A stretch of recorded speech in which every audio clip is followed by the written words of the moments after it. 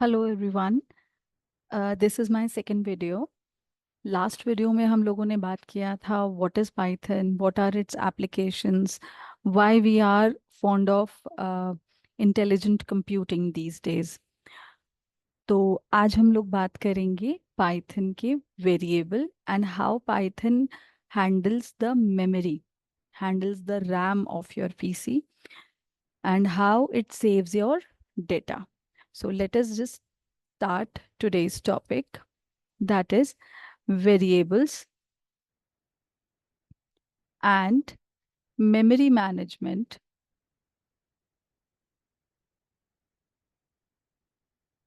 in Python, right? So first of all, I need to save my data. Like I have a equal to 10. Let's suppose I want to work on 10. 10 is my data and a is known as variable here. So this can be anything. Like ये कुछ भी हो सकता है, A B C D E F G, जिसमें भी आप save करना चाहें। ये एक वेरिएबल नेम है और ये हमारे पास डेटा है। तो अब हमें इसे पाइथन में चला के देखना है, पाइथन में सेव करना है। तो कैसे काम करेंगे? तो आज हम लोग चलते हैं अपने पाइथन प्लेटफॉर्म पर, जहाँ पर हम लोग कोडिंग स्टार्ट कर सकते हैं। How to write code, how to run it, तो वो भी हम देखेंगे और साथ के साथ हम पाइथन वेरिएबल्स के बारे में भी बात करेंगे। तो just open your Google Google platform. आपका बस आईडी लॉगिन होना चाहिए, जीमेल आईडी लॉगिन होना चाहिए यहाँ पर। एंड बिना इंस्टॉलेशन के भी हम लोग बात कर सकते हैं, प्रोग्रामिंग कर सकते हैं पाइथन के अंदर। बहुत सिंपल है। गूगल ने हमें एक ऑनलाइन प्लेटफॉर्म दिया है, that is known as Google Colab. तो विदाउट एनी इंस्टॉलेशंस हम लोग पाइथन पर प्रोग्रामिंग कर सकते हैं। इवन गूगल कोलैब तो आप अपने फ़ोन पे भी ओपन कर सकते हो। तो there is no need of laptop also. But हाँ, फ़ोन पर थोड़ा फॉन्ट साइज, जो फॉन्ट स्टाइल होता है, दैट शुड बी प्रॉपर। वो हम बात कर लेंगे जब हम फ़ोन पर भी प्रोग्रामिंग एक बार देखेंगे। तो यहाँ पर मैंने गूगल कोलैब को एंटर किया, आपके पास लिंक आ जाएगा वेलकम टू कोलैब। आपने यहाँ पर क्लिक किया, आपके पास एक ये पेज ओपन हो जाएगा। मेरे पास कुछ पुराने फाइल्स रखे हैं बट आपके पास नहीं होंगे शायद। तो यहाँ पर आपको बटन दिखेगा, दैट इज़ न्यू नोटबुक। इस पर क्लिक कीजिए एंड आपका एक न्यू नोटबुक ओपन हो जाएगा, जो ऑटोमेटिकली सेव हो जाएगा गूगल ड्राइव पर आपकी। ठीक है। तो मेरे पास ये अनटाइटल्ड नाम से आया है, आप इसको रीनेम कर सकते हैं। यहाँ पर ऑप्शन आता है रीनेम का। तो पाइथन डेमो, हम लोग यहाँ पर कोई भी नाम आप दे सकते हो, वो सेव हो जाएगा। और ये आप सेल देख रहे हैं, this is the cell where you can start coding. आप कितने भी सेल्स ऐड कर सकते हैं। लाइक मैंने यहाँ प्लस कोड पर क्लिक कर रही हूँ मैं, तो मेरे पास सेल्स ऐड होते जा रहे हैं। जितने भी आप चाहेंगे उतने आपके सेल्स ऐड होते रहेंगे इस फाइल के अंदर। हमारे पास ये टेक्स्ट का बटन है, यहाँ पर प्लस टेक्स्ट। मैंने इस पर क्लिक किया तो आप यहाँ देखेंगे कि एक बटन मेरे पास यहाँ पर आ गया, जिस पर मैं अपना टेक्स्ट लिख सकती हूँ। लाइक मैंने लिखा हेलो ऑल, और इसका फॉन्ट साइज कैसा प्रिंट होगा? This is for documentation. Documentation हम क्यों लिखते हैं? ताकि हम लोग प्रॉब्लम स्टेटमेंट लिख सकें, अपना एक्सप्लेनेशन अपनी लैंग्वेज में लिख के रख सकें कि हम यहाँ पर क्या काम कर रहे हैं। तो ये टेक्स्ट बॉक्स के अंदर मैंने लिखा है, इसका फॉन्ट कुछ इस तरीके से आएगा। अगर आप इसके आगे हैश लगा देते हो तो इसका फॉन्ट साइज यहाँ पर देखिएगा थोड़ा बिग हो गया। तो दैट मीन्स आप यहाँ पर हैश के थ्रू अपना साइज कंट्रोल कर सकते हो। देखिए अभी थोड़ा कम हो गया, तो इट्स अप टू यू। यहाँ पे जैसे मैं टाइटल सबसे जो लार्ज फॉन्ट साइज है उसको यूज कर रही हूँ। मैंने यहाँ कहीं पर भी बाहर क्लिक किया एंड यू सी कि ये हमारा सेल से बाहर है, because it is a text. आप इस पर क्लिक करके इसको मूव अप या मूव डाउन भी कर सकते हैं। अभी मैं इसको सबसे टॉप पे लेके जा रही हूँ, ये मूव अप का ऑप्शन है मेरे पास। तो ऐसे ही आप किसी भी सेल को भी मूव अप या मूव डाउन कर सकते हैं।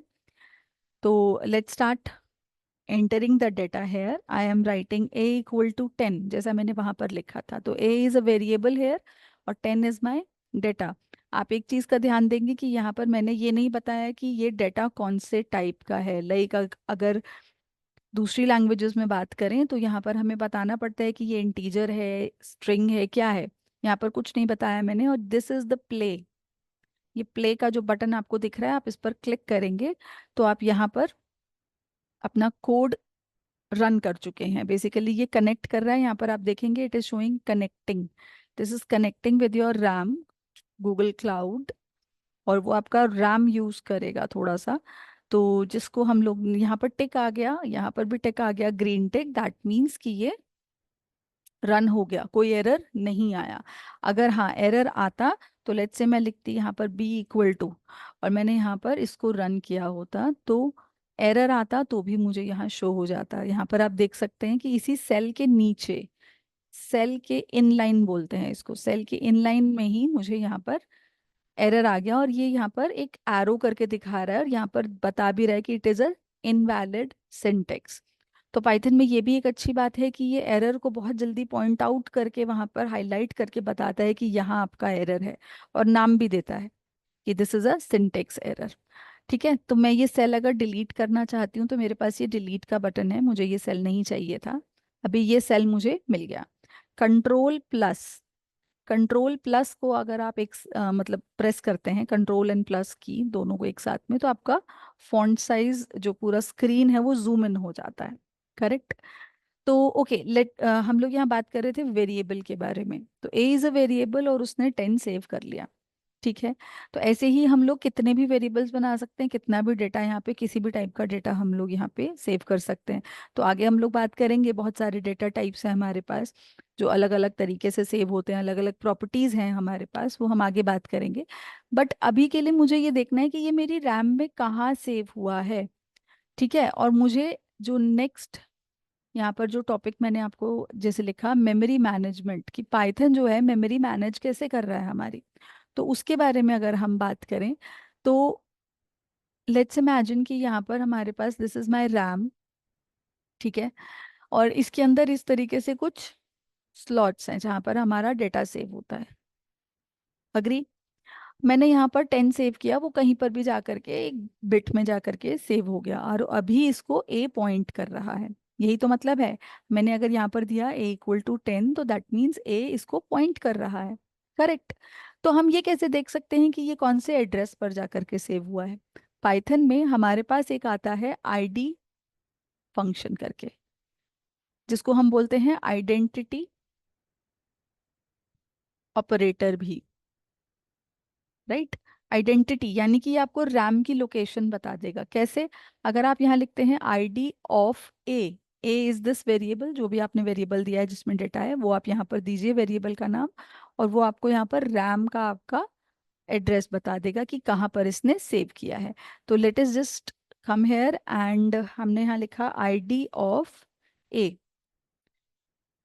तो देखिए इस एड्रेस पर इसने जा करके सेव किया है। खैर ठीक है, मुझे इसका एड्रेस का कुछ नहीं करना बहुत ज़्यादा, लेकिन हाँ ये चीज़ मुझे मेमोरी मैनेजमेंट समझने में हेल्प करती है, इसीलिए मैंने पहले बताया। मेमोरी मैनेजमेंट से मेरा मतलब है, अब हो सकता है कुछ आप कैलकुलेशन करें, कुछ भी चेंजेस करें, और थोड़ी देर बाद ए का वैल्यू आपने 20 कर दिया, आफ्टर सम कैलकुलेशन और आफ्टर सम वर्क आपका ए का वैल्यू चेंज हो गया, या आपने खुद ही अपडेट कर दिया। तो जब आपने पहले ये लाइन लिखा था और अभी ये लाइन लिखा, तो अभी क्या होगा? तो बहुत सारे लोगों का आंसर होता है कि यहाँ पर ये जो 10 है वो ओवरराइड हो जाएगा और यहाँ पर 20 हो जाएगा। राइट। बाकी लैंग्वेजेस में ऐसा होता है बट पाइथन में ऐसा नहीं होता है। पाइथन में ये 20 कहीं और जा करके सेव होगा, किसी और मेमोरी लोकेशन पे, और अभी ए इसको पॉइंट ना करके ए इसको पॉइंट करने चला गया है। राइट। तो अभी ये 10 क्या हो गया है? दिस इज अबैंडन, इसको अभी कोई पॉइंट नहीं कर रहा है, लेकिन ये अभी रैम में है, जहां था वहीं है।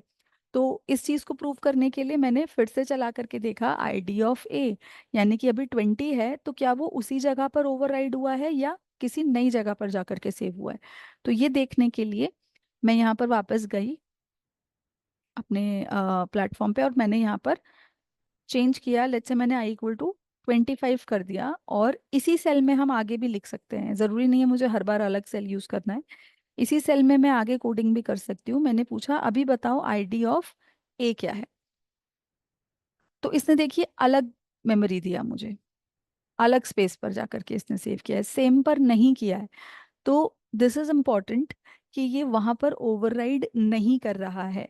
ये ओवरराइडिंग का कॉन्सेप्ट नहीं चलता मेमोरी, जो कॉन्सेप्ट है पाइथन के अंदर, यहाँ पर हमारे पास कॉन्सेप्ट चलता है दूसरी जगह पर जा करके सेव हो जाता है। ये कॉन्सेप्ट हमें ध्यान रखना है, क्योंकि अगर हमारे पास जो डेटा अपग्रेड कर रहे हैं, पाइथन उसको सेम जगह पर अपग्रेड नहीं करता है। तो this is very important point, और ये हमें मालूम होना चाहिए। ये कभी कभी इंटरव्यूज में भी पूछ लेते हैं कि how does Python manages the memory.